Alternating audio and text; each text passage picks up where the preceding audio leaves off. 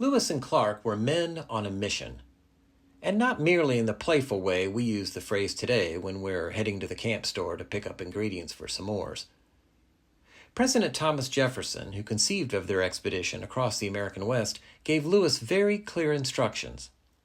In a letter he wrote to Lewis on June 20, 1803, Jefferson explained, "The object of your mission is to explore the Missouri River, and such principal stream of it, as by its course and communication with the water of the Pacific Ocean, may offer the most direct and practicable water communication across this continent, for the purposes of commerce." Okay, that's pretty straightforward. We can imagine Lewis nodding his head as he read this sentence, perhaps even thinking of the exultation he would experience if he did discover the so-called Northwest Passage, and the pleasure of sharing this news with Jefferson upon returning to Washington. Maybe he should have stopped reading there.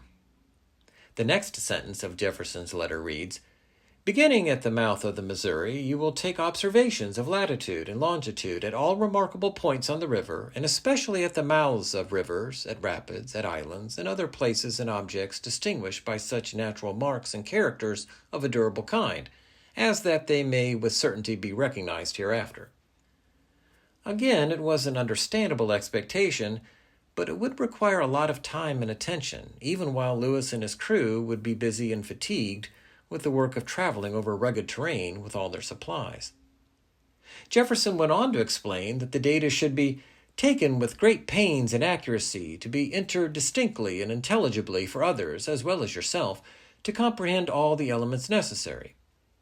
And, as though he was underestimating the challenges Lewis would be facing in the wilderness, added, "Several copies of these, as well as of your other notes, should be made at leisure times, and put into the care of the most trustworthy of your attendants, to guard by multiplying them against the accidental losses to which they will be exposed." Leisure times? Did Jefferson think Lewis would be traveling by Winnebago? That he would be pulling into a Jellystone campground around 5 each afternoon to settle down to a game of jarts and songs by the campfire? Unless he was as naive as Jefferson about the dangers and distractions that lay ahead, Lewis must have started to feel some apprehension as he kept reading. In paragraph after paragraph, Jefferson enumerated his objectives for the expedition. They included information about the soil and face of the country, its growth and vegetable productions, especially those not of the U.S., the animals of the country generally, and especially those not known in the U.S., the mineral productions of every kind, but more particularly metals, limestone, pit coal, and saltpeter, salines and mineral waters, noting the temperature of the last and such circumstances as may indicate their character, volcanic appearances, climate as characterized by the thermometer, by the proportion of rainy, cloudy, and clear days, by lightning, hail, snow, ice, by the access and recess of frost, by the winds prevailing in different seasons, the dates at which particular plants put forth or lose their flowers or leaf, times of appearance of particular birds, reptiles, or insects. Jefferson wasn't done. "Say, Meriwether, while you're at it, also endeavor to inform yourself by inquiry of the character and extent of the country watered by its branches, and especially on its southern side. And find out whether the dividing grounds between the Missouri and them are mountains or flatlands. What are their distance from the Missouri? The character of the intermediate country and the people inhabiting it are worthy of particular inquiry. And if you can learn anything certain of the most northern source of the Mississippi and of its position relative to the Lake of the Woods, it will be interesting to us. Oh yeah, and don't forget to treat the indigenous people you meet in the most friendly and conciliatory manner, which their own conduct will admit, and allay all jealousies as to the object of your journey, and satisfy them of its innocence, and make them acquainted with the position, extent, character, peaceable, and commercial dispositions of the U.S., of our wish to be neighborly, friendly, and useful to them, and of our dispositions to a commercial intercourse with them, and confer with them on the points most convenient as mutual emporiums and the articles of most desirable interchange for them and us. As a longtime professor, I have given many assignments to my students. I used to think I was a pretty demanding professor, but I was no Thomas Jefferson. I can only imagine the teaching avals I would have gotten if I had given any assignments with half these requirements. At least Jefferson didn't insist Lewis document his findings with parenthetical citations conforming to MLA style. It was a tall order, and Lewis ultimately did a magnificent job, thanks largely to the assistance he wound up receiving from his co-commander, William Clark, who was a cartographer as well as an implacable outdoorsman. Jefferson's high and seemingly infinite expectations may have been a blessing in disguise.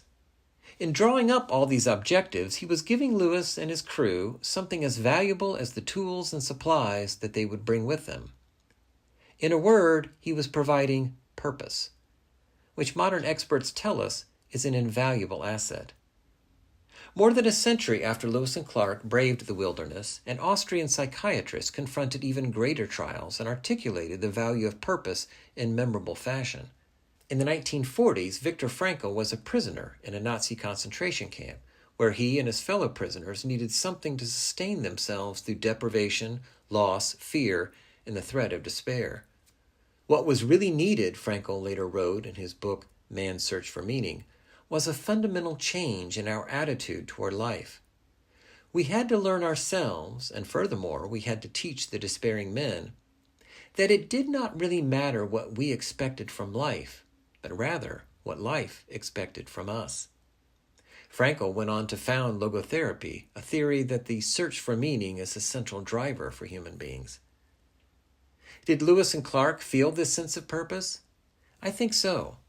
Consider these words penned by Lewis just a few days before the launch of the expedition. We set forward to that village in order to join my friend, companion, and fellow laborer, Captain William Clark, who had previously arrived at that place with the party destined for the discovery of the interior of the continent of North America.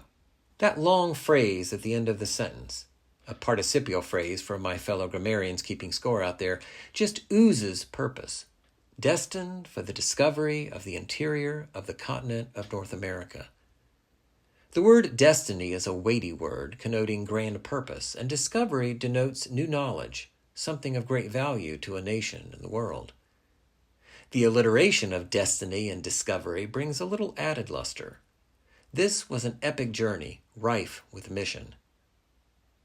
This sense of purpose seems to have sustained Lewis, who could be mercurial at times.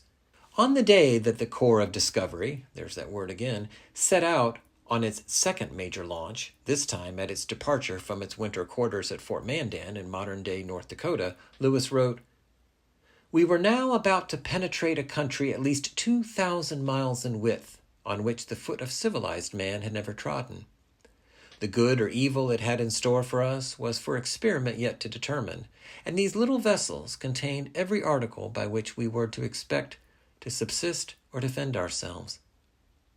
Entertaining as I do the most confident hope of succeeding in a voyage which had formed a darling project of mine for the last 10 years, I could but esteem this moment of my departure as among the most happy of my life." The word project, as opposed to, say, adventure, suggests a mission, something with an objective and not just an experience, and it's clear that the act of embarking on it was a source of joy for Lewis. Both Lewis and Clark, furthermore, seem to have kept purpose before them as they proceeded on through their journey. As historian Donald Jackson has observed, the co-commanders wrote constantly and abundantly, afloat or ashore, legibly and illegibly, and always with an urgent sense of purpose.